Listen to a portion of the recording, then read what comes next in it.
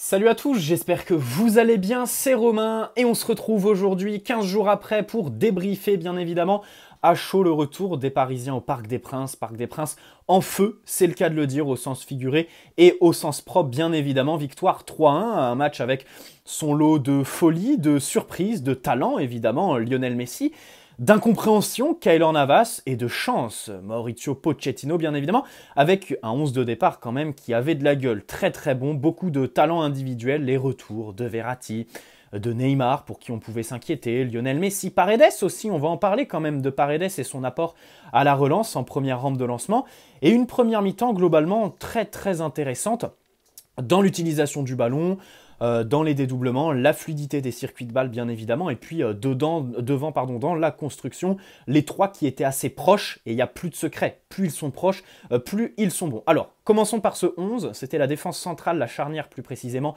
qui pouvait nous faire un petit peu peur, parce que tout simplement, Ramos, Kimpembe et Marquinhos, les trois, étaient au camp des loges aujourd'hui, ils étaient un petit peu justes, hein. Alors l'objectif pour Ramos est de faire le déplacement à City, pour les deux autres, je pense que ce sera une formalité, ils seront là.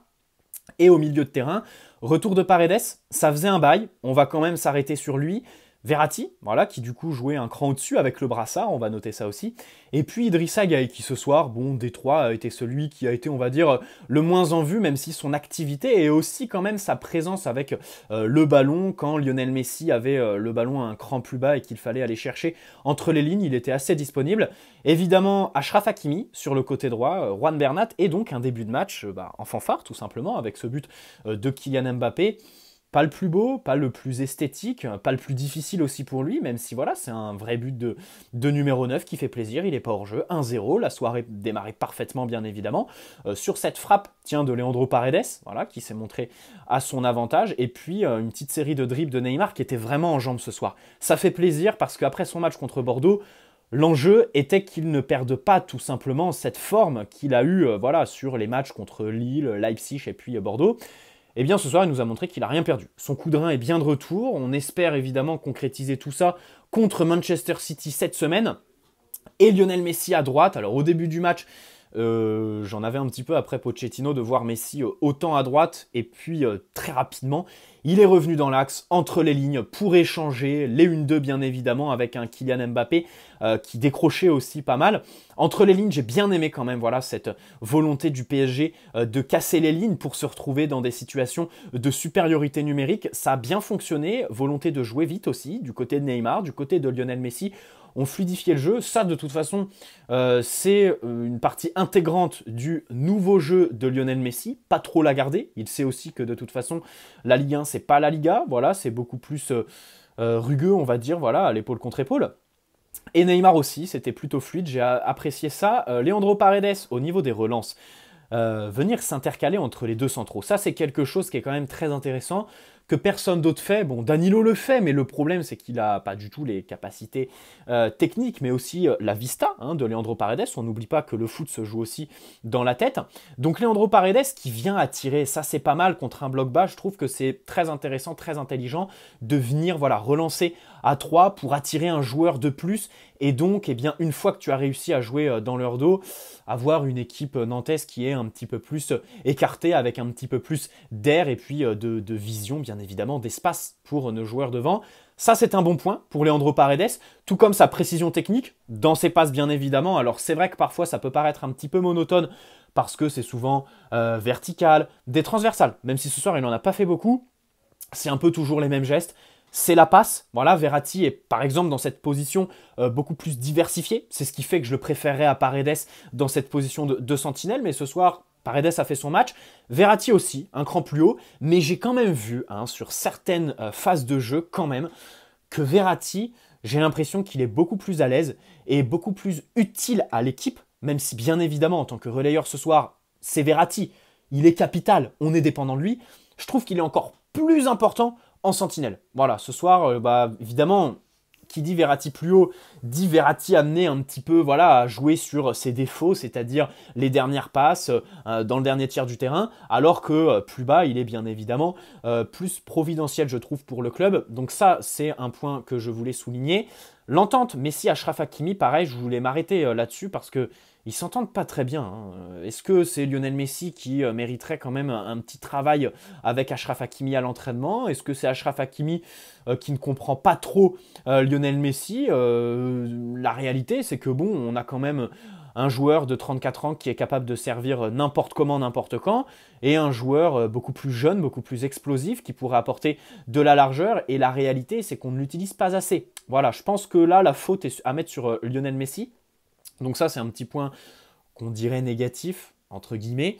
Le meilleur des trois, juste avant le carton rouge, c'est Neymar. Et c'est pour ça que, alors, ce carton rouge de Keylor Navas, on va pas s'arrêter dessus, il est évidemment mérité. Pétage de plomb, hein, comme Achraf Hakimi contre Marseille, tu sais pas ce qui lui arrive, comme Kimpembe contre Leipzig. Ce qui est encore plus inquiétant, c'est que même si nos gardiens commencent à perdre leur cerveau, ça va être compliqué. Et j'aimerais quand même dire quelque chose. Avant Donnarumma, Keylor Navas se blessait, on ne sait trop comment, avant les matchs de merde de Coupe de France, et c'était son pote Sergio Rico qui jouait. Là, il attend que Donnarumma soit indisponible et pas sur le banc pour prendre un rouge, mais complètement stupide, quoi, pour que son pote Sergio Rico rentre.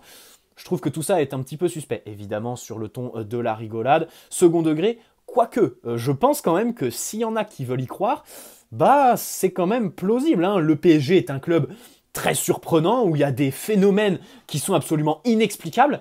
Bien celui-là, quand même, Keylor Navas, on sait que, même s'il sait se faire apprécier, c'est aussi quelqu'un qui est un fin politicien en termes de communication et dans le vestiaire, bien évidemment. Bref, on va pas s'arrêter là-dessus. Sergio Rico qui rentre, qui fait directement un arrêt providentiel tout simplement pour le club. Je crois que c'était sur un centre, encore une fois, tout comme le but qu'on prend. Alors là, on se dit, putain, bon, Sergio Rico, je l'accablerai pas, c'est-à-dire qu'encore une fois, on l'a développé pendant la trêve internationale. Visiblement, Pochettino l'a pas travaillé, tout simplement, parce que c'est encore un centre qui arrive au nez de nos défenseurs centraux, la ligne de défense qui est trop haute, et puis bam. Alors Sergio Rico fait son arrêt, après donc c'est la talonnade, la goal line technologie, bon bref, ça c'est une science qui est exacte, pas comme la VAR, on ne peut pas discuter, 1-1, et là, Pochettino qui invoque mais sa chance ultime, et pour revenir sur le rouge de Keylor Navas, qu'il sorte Neymar, honnêtement j'ai trouvé ça scandaleux sur le moment, et je pense qu'il y en a beaucoup qui vont me rejoindre. Sur le moment, on se dit, mais bordel, il faut sortir Messi quoi. Messi, sa première mi-temps est quand même très agréable à regarder. On a pris du plaisir devant cette première mi-temps, hein. Il y avait de l'intensité, comme j'ai dit, de la fluidité dans les circuits de balles. On a réussi à se créer des occasions. Heureusement qu'on gagne 3-1 à la fin, parce qu'au moment de l'égalisation, on repensait tous aux occasions. Certes, Alban Lafont qui fait une très grosse première mi-temps, mais nos attaquants qui, encore une fois, même si ce soir le gardien a été bon, sont incapables de plier le match avant la pause. Ça, attention, hein, on peut s'arrêter sur notre gardien ou notre défense, mais je le soulignais, la première des nuances à poser avant de dire que nos gardiens et notre défense sont surexploités, voilà, ils ont beaucoup trop d'interventions à faire dans un match. La première des choses à dire avant cela, c'est que nos attaquants nous vendent très souvent quand même. Et ce soir, encore une fois, au moment de l'égalisation, on pouvait quand même repenser à toutes ces actions qui, heureusement, bah voilà, on ne les paye pas tout simplement. Elles restent anecdotiques, surtout que Messi a débloqué son compteur but. Alors, il est impliqué sur ce but absolument chanceux. Alors, sur le rouge, bon, c'est pas Neymar que je sors, c'est Lionel Messi. Pourquoi? Parce que Lionel Messi, sa deuxième mi-temps, elle est mauvaise. Il n'y a rien à tirer de sa deuxième mi-temps. Alors que Neymar est individuellement le meilleur des trois de devant, et en plus, dans une équipe qui va se retrouver à 10 contre 11 et qui va devoir courir encore plus, Lionel Messi marche, et Neymar est celui qui s'investit le plus défensivement. Bref, je comprenais pas trop ce choix, et encore une fois, il a bien lu le jeu, et il y a quand même aussi de la chance. Alors là, je suis désolé, ce soir, Pochettino, on pourrait dire que son coaching est plutôt bon parce qu'au final, bah voilà, on gagne tout simplement. Ne pas sortir Lionel Messi a été un bon choix, alors que je pense que 70% des entraîneurs l'auraient fait. Les 30 autres pourcents, ce sont ceux qui vénèrent Lionel Messi et le voient comme une personnalité divine tout simplement. Mais bref, dans tous les cas, il sent le jeu et il y a il y a une chance qui est absolument incroyable. Enfin, je suis désolé. Neymar qui se blesse au Brésil, lésion aux adducteurs, même si c'était précisé petite. Franchement, quand j'ai vu qu'il était dans le groupe et encore plus dans le 11 ce soir, je me suis dit mais c'était un mensonge. Quand ils ont dit lésion, c'était un mensonge. C'est pas possible qu'il soit sur le terrain après une lésion comme ça cette semaine. Verratti qui est en avance sur son programme de récupération et qui donc peut jouer titulaire, prendre des minutes avant Manchester City. Kevin De Bruyne qui chope le Covid-19. Grealish qui je crois est forfait pour le match de ce week-end et donc un petit peu incertain ou dans le meilleur des cas s'il est sur le terrain ce sera pas avec beaucoup de rythme contre nous. Mais quelle chance Pochettino, mais quelle chance, quasi tout le monde au complet, et même Sergio Ramos qui pourrait être du déplacement à City cette semaine. Hein. C'est ce que l'équipe a annoncé ce matin. Franchement, la chance de Pochettino est incroyable. C'est vraiment une très très bonne raison de croire que les citrons sont bien plus qu'un fruit. Et là, évidemment, mais c'est incroyable. Enfin, ça me donne envie de croire qu'il y a des gens qui aujourd'hui ont des anges gardiens, mais pour de vrai, quoi, des forces divines au-dessus de nous, c'est comme Zinedine Zidane en fait. Tu te dis, c'est incroyable la chance que le gars a.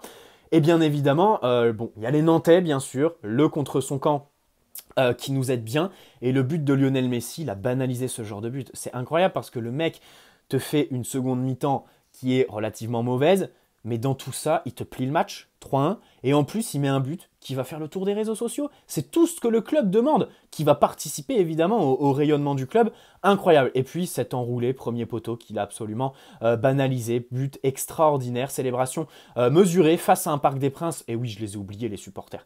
C'était les 30 ans. Et ils les ont fêtés pas de n'importe quelle manière. Absolument incroyable, le feu au Parc des Princes à la 30e minute, les tifos d'avant-match. Bref, c'était un truc de fou au Parc des Princes et vraiment, perso, je regrette de ne pas y être allé, évidemment. Voilà, parce que c'était vraiment le match, je pense, en tribune à ne pas louper.